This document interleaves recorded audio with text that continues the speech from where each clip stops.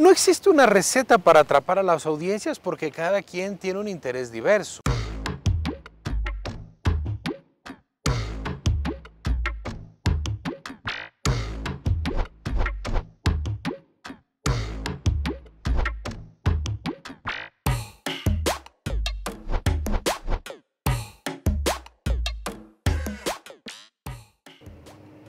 El libro se construye a través de la confección y el tejido de distintos relatos contados por varias fuentes, ¿no? Esa es una riqueza que tiene el periodismo, que el periodista diga poco y que permita que sus fuentes digan mucho, que las fuentes cuenten su versión. Entonces, el libro Jugando desde el Fondo procura seleccionar los artículos en donde hubo mayor participación de fuentes, de historias, de protagonistas, de documentos, de películas, de relatos, en fin. Mientras menos dice el periodista y más le concede la palabra a la fuente, los relatos son más informativos, tienen mejores datos y le permiten al lector construir una realidad a su medida, ¿no? En función de sus intereses. El texto se inspiró quizás en uno de los relatos que hacía el periodista español Enric González, ¿no? Este es las historias del calcio es uno de los libros mejor calificados del deporte, del fútbol.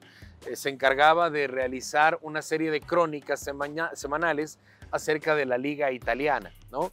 Entonces, él hizo una selección de sus mejores artículos, de los artículos que tuvieron más lecturas, los más laureados, y los compaginó en este texto.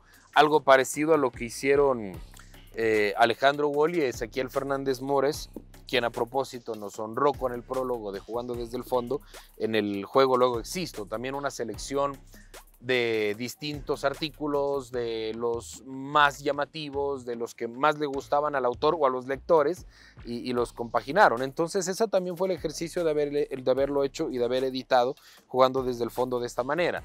Se trataba de los artículos que más se distribuyeron, que más se leyeron, algunos incluso que merecieron alguna distinción, que participaron en algún concurso, los que más me gustaban a mí, bueno, y se compactaron justamente para contar en distintos capítulos lo social, lo económico, lo político, lo olímpico, lo institucional del deporte.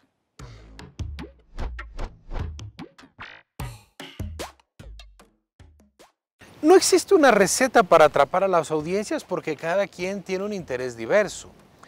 Hay quienes prefieren informarse con noticias precisas, noticias sin juicios de valor, sin opiniones, información pura y dura con datos y ya está. Hay quienes les gusta conocer personajes a través de las entrevistas, ¿no? Y se quedan en una lectura porque les interesa un personaje, les interesa un dirigente, un futbolista. Incluso los personajes también pueden o no interesar. Hay personajes famosos, ¿no? Como efectivamente un deportista es un personaje famoso y puede ser más atractivo si es un deportista de actualidad. Hay quienes se decantan por los deportistas de antaño, ¿no? Y prefieren esas entrevistas, prefieren de aquel deportista retirado que tiene una historia que contar, que nos va a narrar el episodio del Mundial de España 82, ¿no? O de los Juegos Olímpicos de Barcelona 92. Entonces, de eso también depende del interés, si es que la audiencia prefiere un deportista actual, un dirigente actual o un protagonista de antaño.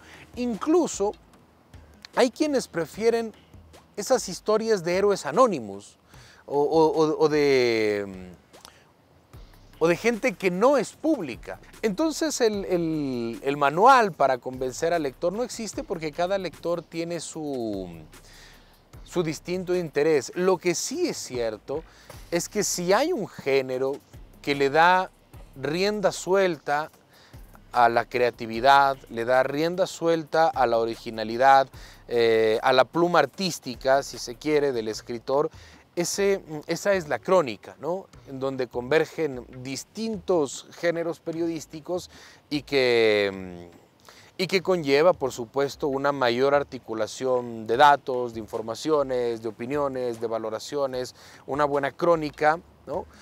Un reportaje, suelen ser las alternativas, los géneros más completos para que el periodista pueda desarrollarse a sus anchas.